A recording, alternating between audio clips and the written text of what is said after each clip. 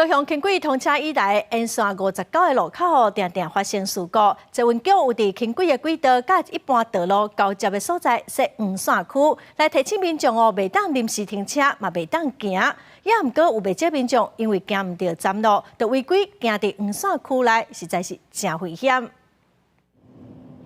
车顶也袂倒，脚踏车直接经过，除了中央灯，服务处伫轻铁站附近的民代更加常常发现乘客因为走唔得，违规行伫黄色铺面。那个轻轨站的部分会特别的明显，就是民众可能到了顺向的车站之后，他发现他想要搭乘的轻轨是要到逆行的那个站，所以他就会从中间的这个黄色区块直接进行穿越，那其实是非常的危险哦。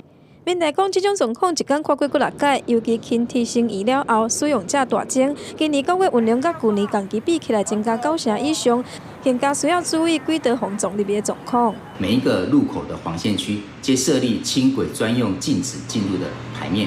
那中秋假期，检举持续检视各个路面的黄色铺面的状况。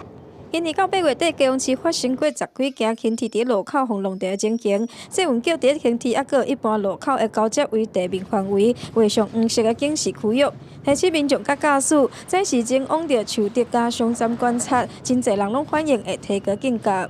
黄色不是就是不可以靠近，不是吗？所以你觉得还蛮容易辨别？可以的，这样怎么没帮我辨别？因为它已经盖了。 你家再加一个栅栏，可能也不对嘛，对市容也不好看。有人认为违规者大部分拢是为着要较紧的，毋是毋知影违规。市府嘛伫中秋节专门来检修着黄色铺面，虽然有一寡部分阿早，但是也是非常的清楚。未来会持续来精细着科技执法，也是何时来指示，来宣导用路人就爱遵守。记者王刘庭在现场报道。